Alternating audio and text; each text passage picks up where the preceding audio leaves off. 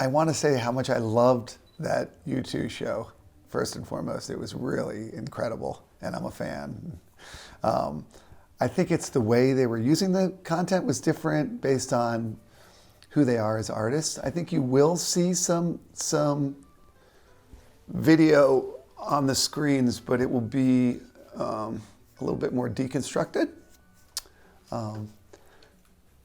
The entire our show, the intent and the outlook of our show is a little bit different, and I think it's going to show the power of the Sphere. You know, a lot of artists are going to come in here, and they're going to do great things, and I think the venue will grow with each artist. It's a very wide swath. Well, it's extremely unique to any venue that we've played before.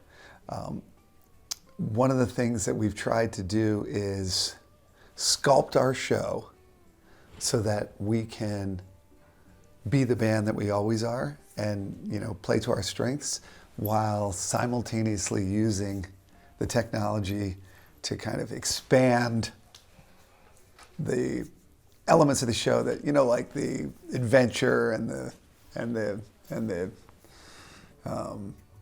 breaking free of boundaries kind of elements of the show. And I think we've done that to the best of our ability, at least. You mentioned the Beacon and playing there, and that's the same system, but it's obviously a much bigger scale here. Is it different? Does it feel the same? Can you tell? It's different. People noticed. I did a solo acoustic show at the Beacon for the first ever, the debut of the Sphere sound system. It wasn't surround, but it's directional. The Sphere sound system is hyper-directional. It's so directional.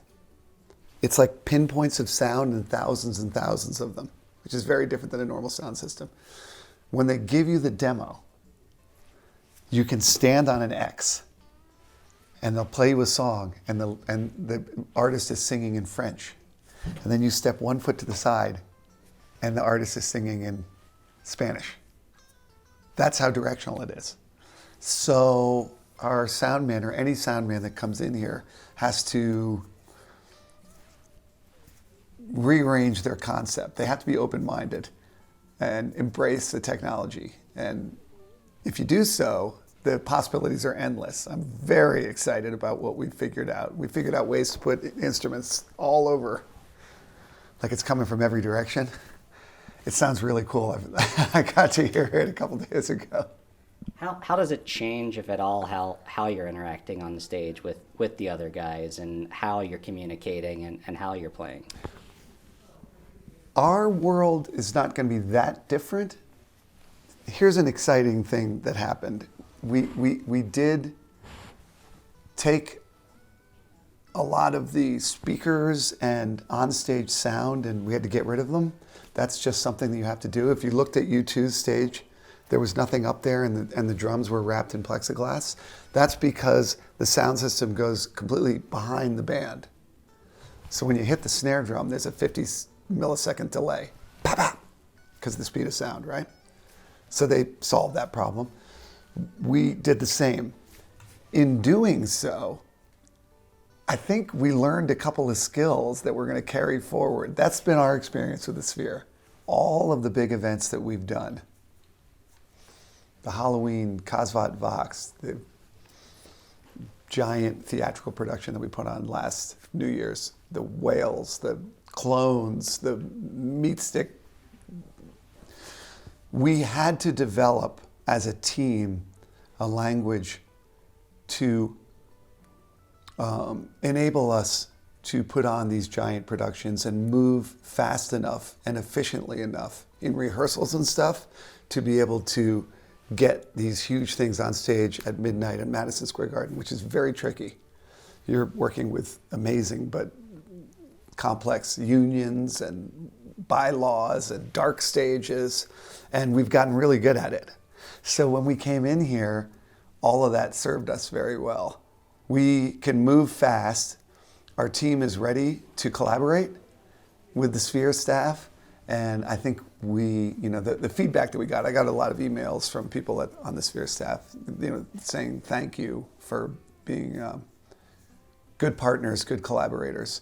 But we're pretty proud of what we're putting on here, and it's tricky. We started in June, last June.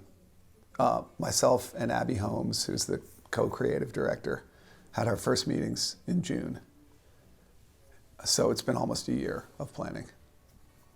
Can you talk a little bit more throughout that planning process?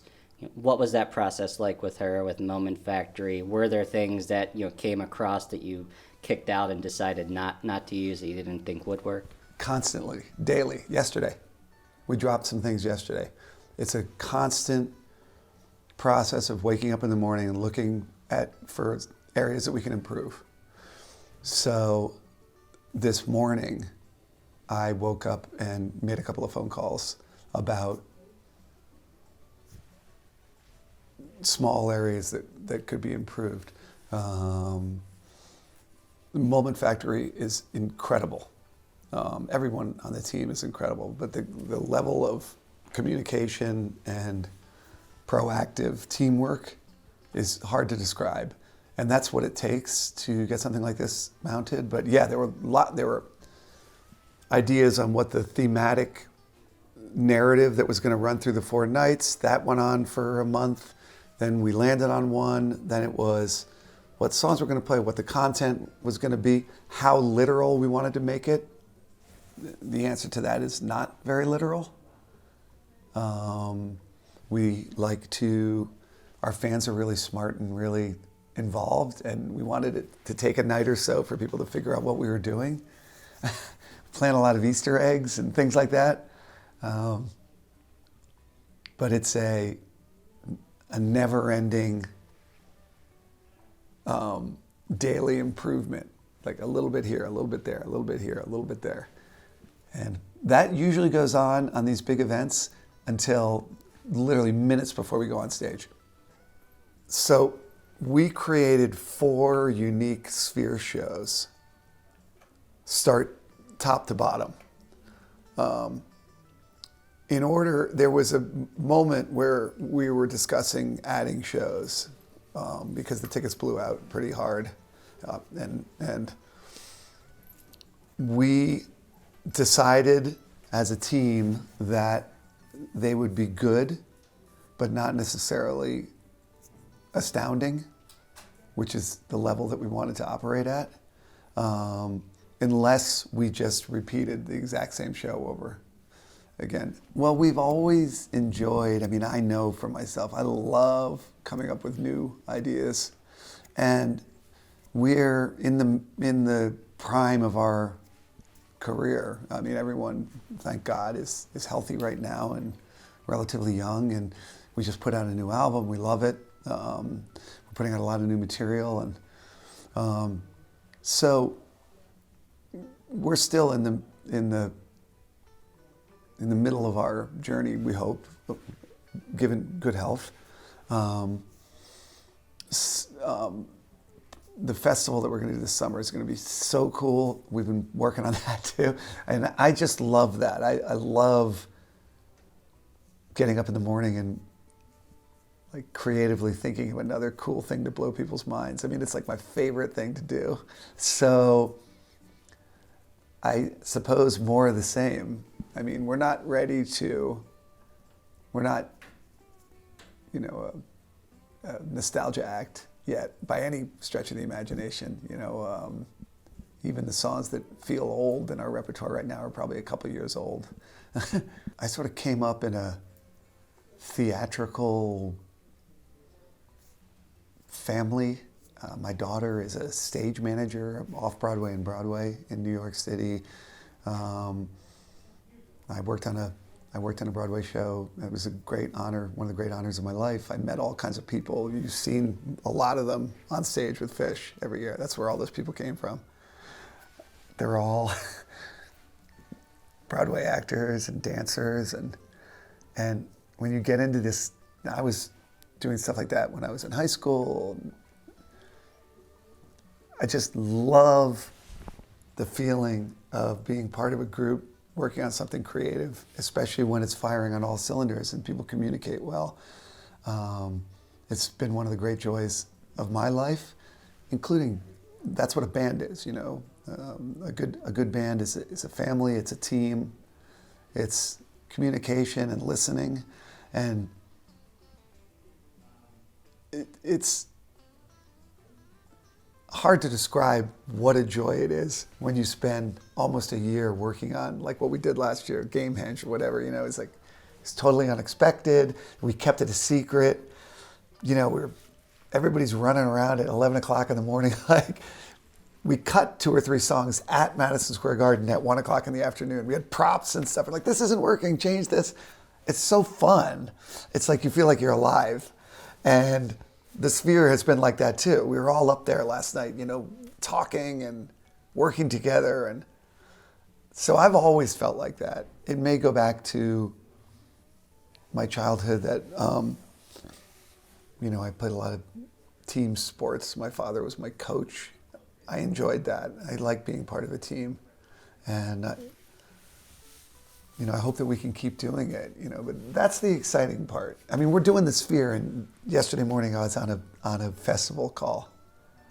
And our festival this year is gonna be unbelievable. A question from Reddit, from the fans: will there be another Gamehenge, or was that the? I don't know. I actually don't know. There was a moment when it was over. Okay, first of all, I wanted to improve it. As soon as it was over, I was like, oh, I know what I could have. It always happens. So then I thought, oh, we should save all these props and everything. They're really expensive. You know what I mean? But then it was kind of like, if there is, it's going to be better. What I mean, or it's going to be built upon. Sort of the way this one was built upon the previous one, even though it was 30 years. I hope it's not 30 years. I'd like to do it. But it's kind of like in the Phish world, it's like the second it's over, it's like, okay, the next morning you wake up, it's like I start working on the Sphere. You know, and there's like go meet Abby downtown at a coffee shop with a laptop and start riffing. That's pretty much you know, and like I said, yesterday morning, I mean, I'm here in Vegas, and yesterday morning I was on a festival call with the coolest, smartest people who are working on that. Oh my God. So every conversation about the Sphere has been, we have intelligent, focused fans, and we have to honor that. You know, they're not casual fans, and that's really cool. It's also, it's an honor, and it's a massive responsibility. So the reason that you see the Cosmot Box, the Whales, the musical, the marching band walking across Madison, all in 1 year, is because I feel like the longer this goes, the more we owe the fans. They've supported us for 40 years. Like, it's our responsibility to keep raising the bar, which is a great challenge. And it's very unique. It's really, if you really look at the series of events that we continue to put on, that's the thinking that goes behind it. You know, the fact that there were people in the audience last New Year's Eve who have seen Phish 300 times who were crying, according to what I heard. And I was too, by the way. Meant so much to all of us. It's everything that we want, which is to honor and respect the people that have been coming to see us for years. We feel like they're family, and they deserve our care and attention about every detail.